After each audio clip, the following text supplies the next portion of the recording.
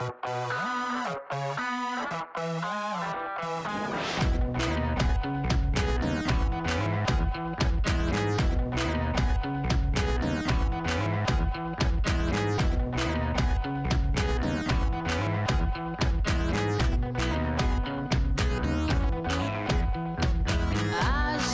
letra pra essa moça. Nós estamos vivendo aqui no Rio de Janeiro um momento de alerta em relação às doenças transmitidas pelo Aedes aegypti, porque além da dengue, da zika, esse ano nós temos o risco de uma epidemia de chikungunya, que é uma doença que pode ser bastante debilitante. Então, o envolvimento de toda a população é extremamente necessário. E para conversar sobre isso, sobre estratégias de prevenção, nós temos aqui hoje, para aquela conversa, a Cristina Lemos, que é superintendente de Vigilância em Saúde da Secretaria Municipal de Saúde do Rio de Janeiro, o Michael Gomes Correia, que é uma jovem liderança comunitária do projeto Reciclação do Morro dos Prazeres, e Guilherme Franco Neto, especialista em saúde, ambiente e sustentabilidade da presidência da Fiocruz. Todos têm responsabilidade num processo como esse, né, tanto por poder público quanto a sociedade, mas a mobilização o assunto prevenção, ele não pode parar nunca. Ao mesmo tempo que tem pessoas que querem realmente a mudança, tem pessoas que tanto faz. Por isso que eu acho que a gente tem que sempre continuar dando essa informação, se comunicando, trazendo todas as formas para se melhorar. Então, a mobilização da comunidade, a mobilização dos atores públicos, a mobilização da comunidade científica, a mobilização dos produtores de tecnologias de forma integrada é essencial para que a gente supere essa realidade de hoje. A gente podia começar pensando um pouco como é que está a situação atualmente no Rio de Janeiro, né? Com o que a gente deve se preocupar? Desde o meado do ano passado até agora, a gente está num momento de baixa atividade dessas doenças, mas existe sim a possibilidade, né, como você já falou, da gente ter aí um recrudescimento e principalmente da chikungunya aqui na cidade do Rio de Janeiro. Cada pessoa se envolva no cuidado do seu ambiente, onde mora, onde vive, na sua comunidade, no seu local de trabalho também é super importante. Então é isso, a gente pensar na possibilidade de combater o nascimento do mosquito, né? Ou a proliferação dele. Fico pensando em você, que trabalha numa comunidade onde existe toda uma preocupação, né? Com esse descarte de lixo, com a limpeza daquele espaço, com essa discussão da prevenção, né, das arboviroses.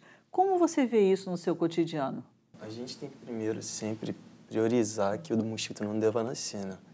A gente tenta reeducar, na realidade, a população da comunidade para que ela se previna sobre isso, porque nós somos coautores. Então é sempre mais importante você lembrar, ficar meio que batendo naquela mesma tecla, sempre lembrando a pessoa, porque se seu vizinho faz, por que você não pode fazer também? E, geralmente a pessoa não se importa muito, deixou de se importar com o próximo.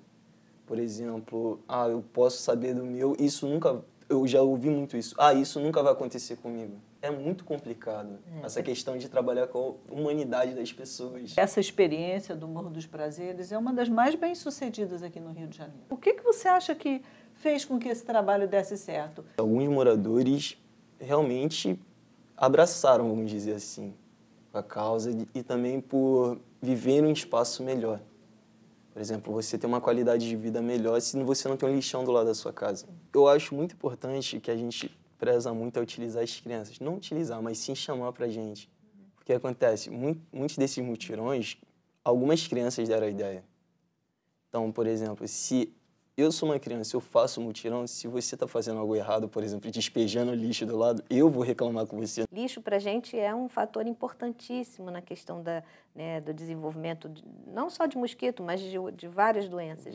Então, e a gente tem trabalhado muito com criança nas escolas, né? Todos esses conceitos para que ela leve para dentro de casa esse ensinamento, né? Então, ela com certeza é um importante agente multiplicador. Se todos adotassem, né, esse hábito de uma vez por semana, tirar 10 minutos do seu tempo para vistoriar o ambiente onde vive, né, como o Michael já colocou, o mosquito está ali, mas ele voa, ele vai para a casa do vizinho. Então, se todos tiverem a consciência de olhar o seu entorno, o seu ambiente, a gente vai ter um resultado melhor. Às vezes as pessoas não estão alertas, né? Um ralo que esteja escondido, mas que ele fique sendo utilizado, né, para descarte de água, alguma coisa assim, a pessoa não tem o cuidado, um banheiro que não esteja sendo tão utilizado assim, aquela bandeja atrás da geladeira onde acumula a água do degelo. Então são às vezes detalhes que a gente no nosso dia a dia a gente não está alerta para essa possibilidade. Então se a gente criar esse hábito de uma vez por semana, pelo menos 10 minutinhos, a gente olhar e pensar onde pode ter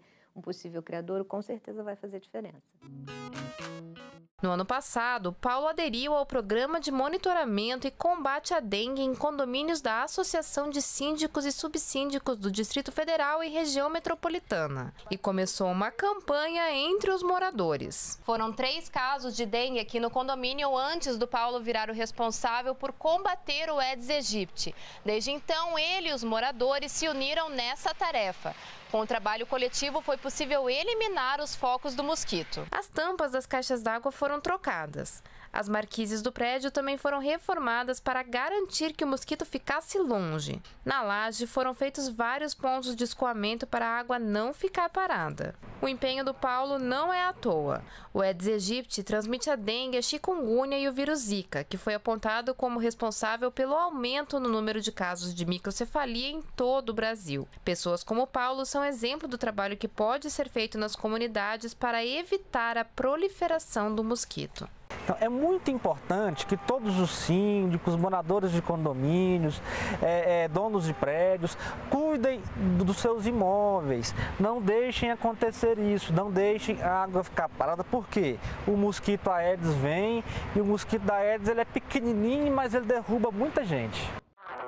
Isso que nós estamos conversando aqui é muito importante, ou seja, o envolvimento da sociedade de uma maneira, no sentido exatamente de promover a saúde, né, de defender a sua cidadania, etc., mas integrado com as políticas públicas. Se nós pudermos integrar as políticas públicas de infraestrutura, de saneamento, de habitação, enfim, um conjunto muito significativo de ações que são do Estado, não é?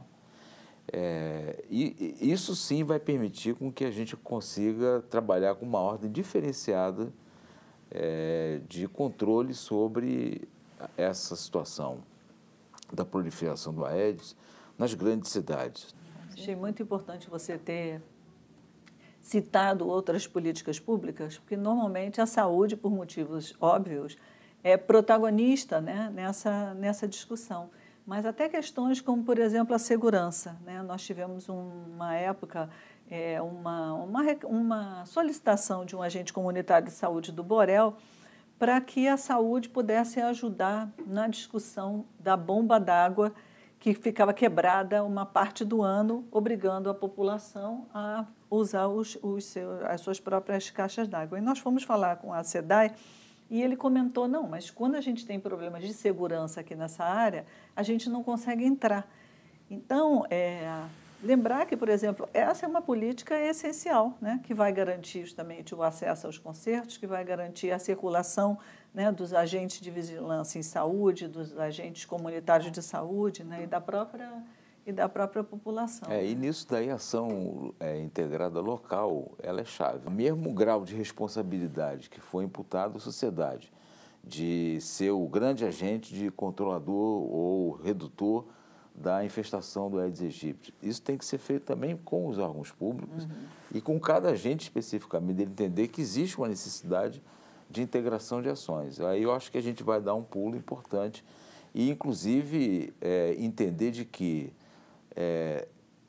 é muito mais por aí do que utilizando químicos que nós vamos efetivamente ter um projeto sustentável. Quando a gente pensa no trabalho da comunidade, a gente sente essa necessidade de mais solidariedade, mais generosidade, né?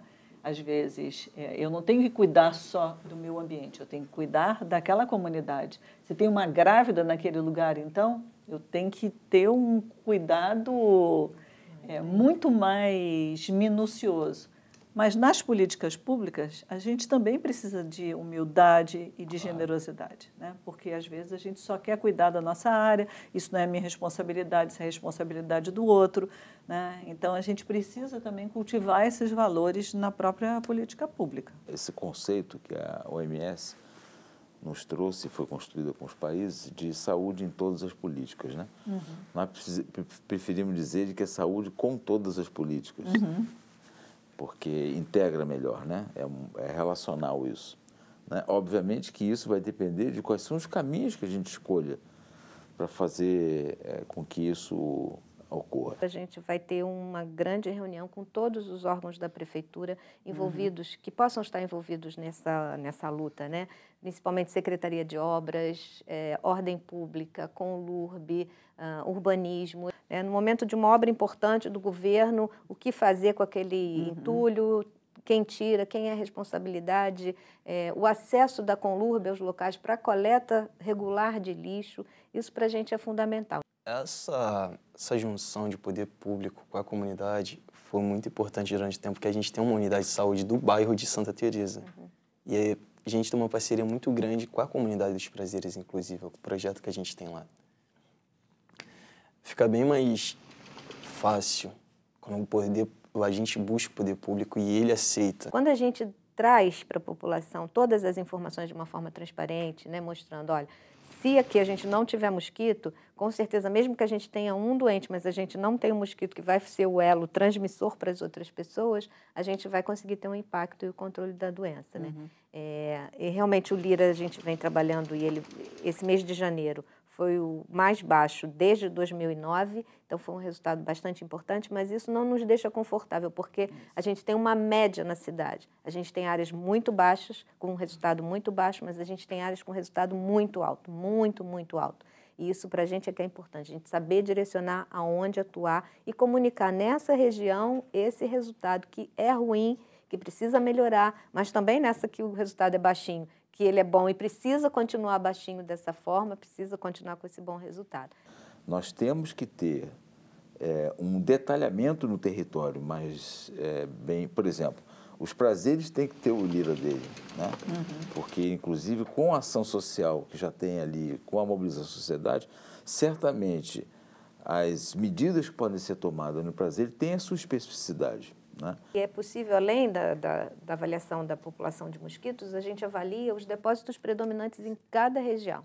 E a gente tem uma diversidade, é muito interessante isso na cidade. Tem regiões que a gente tem o lixo como principal depósito, tem regiões que a gente tem pneus, que a gente tem reservatórios de água no nível do solo, que é para uso das pessoas. Então, isso pode direcionar realmente a política pública. É sinal de que a SEDAI não está conseguindo chegar com abastecimento de água naquela localidade e a população precisa fazer ali o seu reservatório para a sua necessidade, né? O lixo, direcionar a coleta de lixo naquela localidade. Mas a gente ainda encontra muito, muito dentro de casa, são os pratinhos de planta.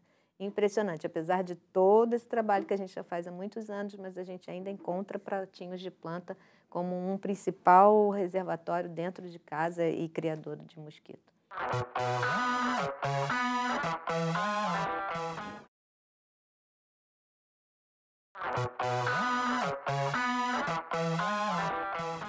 Vocês estão trazendo a relevância, né, dessa informação para o cidadão. E eu fico pensando, como que a gente poderia socializar mais essas informações do Lira? Por exemplo, será que a gente não deveria ter essas informações disponíveis, mas traduzidas para o público dentro de todas as unidades de saúde? O último Lira deu que nessa região, enfim, é a questão do lixo, são os vasinhos de planta, são as calhas, são as piscinas. Enfim, passar essa informação, por exemplo, para a mídia local. A gente vê várias comunidades com rádios comunitárias, com jornais comunitários, né, que tem, inclusive, essa habilidade de traduzir para o público, né, esses dados que são mais complexos. Né? Vocês estão pensando nisso, assim, nessa parceria com rádios comunitárias, com mídias locais, com redes sociais? Porque eu fico pensando assim, o quanto a nossa cultura está mudando em função das redes sociais. Por exemplo, hoje em dia, se tem ameaça de chuva, eu particularmente já entro no Facebook, Centro de Operações Rio, às vezes eles estão fazendo, né, transmissões ao vivo, eu já vejo se tem chance, né, de enchente em algum lugar, enfim, eu me organizo em função disso. Então, será que o Centro de Operações Rio também não poderia ter esse tipo de, disponibilizar esse tipo de informações, né? A gente está conversando, sim, com o Centro de Operações Rio. Na semana passada, a gente já fez uma primeira reunião e a gente já vai começar a passar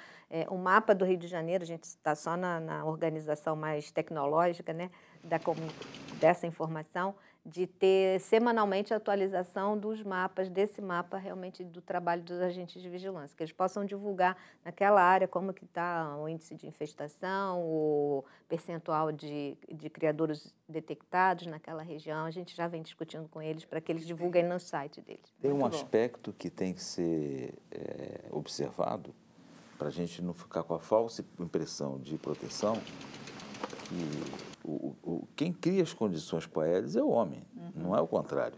Né? Somos nós que, vamos dizer assim, acolhemos ou trouxemos para o nosso... oferecemos todas as condições para o Aedes estar aí. O interessante, e aí você coloca uma coisa muito importante, Viviane, que é essa capacidade de que, através dos sistemas de informação e dos meios de comunicação, das redes sociais, a sociedade esteja, de fato, entendendo que essas ações todas integram a sua cidadania. Né? E aí, por isso mesmo, a necessidade da articulação com os poderes públicos, as políticas públicas, porque há uma integralidade nisso tudo. Né? Nós não podemos pensar de maneira que, bom, está aqui, está ali, está resolvido. É complexa a coisa. Essa simplificação do tratamento com a Aedes, ela é um pouco delicada, porque não é isso. É toda uma rede de possibilidades que nós temos que estar atentos a isso. Né? E daí a necessidade de, por exemplo, isso que está sendo feito com as crianças no Prazeres, e que a gente já observou isso quando um trabalho bem conduzido, junto especialmente às crianças, tem um resultado muito importante. Eu diria a mesma coisa nas redes de organização das mulheres, porque quem essencialmente fica, vamos dizer assim, nos bairros, nas localidades, ao longo do tempo, muitas vezes às 24 horas do dia, são as mulheres. Elas têm um domínio da dinâmica daquele território muito maior do que quem entra e sai e muitas vezes fica por um período curto, depois muda, etc. Então, isso são aspectos muito, eu diria, significativos para nós entendermos, inclusive, quase que a sociologia e a arqueologia dessa montagem, dessas ações nossas. Essa ideia de que o mosquito é um transportador do vírus não está clara para a população. Eu sou professora de medicina social e levo os alunos nas unidades de saúde. E a gente costuma, antes de pensar em qualquer tipo de ação, a gente costuma conversar com as pessoas para saber o que é que elas entendem, quais são os seus medos. Então, eu sempre falo para os alunos, pergunta para os clientes se eles acham que a pessoa que teve diagnosticado dengue, ou zika, ou chikungunya, se ela precisa usar repelente. Primeiro eles olham e falam, claro que não, ele já está doente. Aí eles começam a pensar, não. E aí entendem, né, essa questão de que aquele doente é uma fonte de vírus. Exatamente. Mas isso não está claro para a população, não está claro para os alunos e às vezes me dá a sensação de que não está claro nem para muitos profissionais. Com certeza. A gente vem discutindo isso, da importância da gente falar sobre isso. E é impressionante isso, como nós profissionais não abordamos esse aspecto de que o doente, mais até do que os outros, eles precisam usar o repelente porque ele é fonte da infecção. O mosquito vai picá-lo e aí vai transmitir para outra pessoa que não está doente. E a gente observa exatamente isso, a gente vem trabalhando isso com os profissionais, pelo menos, né, da rede municipal, nesse sentido da prescrição, né, sair com uma prescrição o uso de repelente para a pessoa que esteja doente. Ou então no próprio mosquiteiro, um cortinado, já que aquela pessoa às vezes vai ficar doente, vai ficar acamada, né? Então pelo menos ter uma proteção física. Né? A gente precisa ouvir também quais são os mitos, quais são as dúvidas. Né? Porque a gente, na saúde, tem essa tradição de levar, às vezes, coisas prontas, né? Sem entender, né, qual é a necessidade daquelas pessoas. E, sobretudo, trabalhar com o protagonismo, né, da própria população, os próprios alunos, dos aposentados, né, da população de maneira geral. A própria configuração da cidade, o processo de urbanização, né? Nós moramos no Rio de Janeiro, que é uma cidade partida, que gera muitas desigualdades, né? Que tipo de intervenção a gente precisaria aqui na nossa cidade? É a discussão mesmo de políticas públicas, né? De organização do ambiente urbano. Fundamental isso. Para que, como a gente já falou, que o poder público tenha acesso com os seus serviços. E de planejamento também, de planejamento da cidade, né? De uma cidade mais justa, de uma cidade com um pouco mais de equidade, né? As nossas cidades, elas são espaços extremamente excludentes. Temos ainda grandes desigualdades, como você colocou, né? E, obviamente, que esse tema dos criadores do Aedes e tudo, ele não foge a essa lógica. Sem dúvida alguma, o risco maior, a vulnerabilidade maior vai estar exatamente aonde você tem menos preocupação do ponto de vista de estar solucionando os problemas e menos recursos, menos condições para tal. Menos compromisso. Então, acho que essa perspectiva, vamos dizer assim, generosa, altiva, né, da gente poder exatamente trabalhar com solidariedade, com entender de que olhar para o conjunto, muitas vezes, é mais importante do que a gente olhar para o nosso pedacinho, porque a solução de dengue, chikungunya, zika, eventualmente o risco de urbanização da febre amarela, ela está numa visão integrada da cidade. O número 1746, uma central geral da Prefeitura do Rio, e que tem esse assunto é um dos temas, né, da central de atendimento. Basta a pessoa ligar, não precisa nem se identificar se não quiser, e fazer ali a sua denúncia, ou informar que encontrou, tem ali, ou até mesmo carcaça de carro abandonada, entulho de obra, alguma coisa nesse sentido que possa virar um criador. Nossos agentes, eles têm até 5 dias para atender essa demanda e dar o direcionamento mais adequado, né? Teve uma situação assim que me chocou bastante uma vez numa reunião com professores. Eles comentaram que agora cada vez é mais comum que as pessoas joguem o lixo na porta da escola, porque existe uma ideia de que ali ele vai ser recolhido mais rapidamente. Eu confesso assim que isso me fez um mal danado. O que vocês acham dessa história? Como é que a gente enfrenta isso? Por que bota na escola? Porque é um equipamento público que é claramente definido enquanto um cuidado absoluto do Estado. Então, de alguma forma, dali vão Alguém tirar, vai resolver. Né? Quer dizer, não só você tira o lixo de perto de você, que em parte é uma solução, mas eu acho que muito mais o recado estou deixando aqui na tua porta para você cuidar de alguma coisa que você não está cuidando da onde é gerado. É uma forma de protesto, vamos dizer assim, né? Que se você não está tirando aqui, que é um lugar onde você deveria passar, eu vou colocar em um lugar onde você passa. É meio que um protesto, uma denúncia. Claro.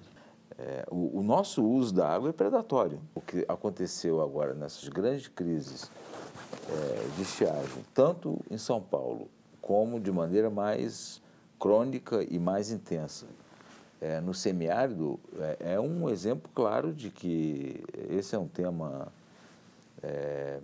fundamental de nós debatermos. A crise da água gerando uma outra crise foi quando estourou, né, as doenças, foi mais dengue mesmo no interior de São Paulo, por conta disso. E foi muito claro identificar isso, as pessoas que não tinham fornecimento correto de água, né, pelo órgão público, e aí fazendo seus reservatórios. E aqui na cidade do Rio de Janeiro a gente também detecta isso. Também pelo LIRA, a gente consegue identificar áreas da cidade, pontos da cidade onde o abastecimento de água não é regular ou nem chega ao ponto, e aí as pessoas também precisando fazer uso de reservatórios, né, para sua utilização diária. Então, esse é um tema crítico demais. E que mostra, assim, a importância fundamental da gente incluir a discussão dos determinantes socioambientais quando a gente vai abordar qualquer uma dessas arboviroses. Com certeza. Não é? Porque, às vezes, a gente fica falando, fica só concentrando no indivíduo. Né? E essa discussão, como vocês mesmos colocaram, tem que ser ampliada, né? Todos os setores têm que estar envolvidos. E a gente tem que, sobretudo, buscar novas perspectivas.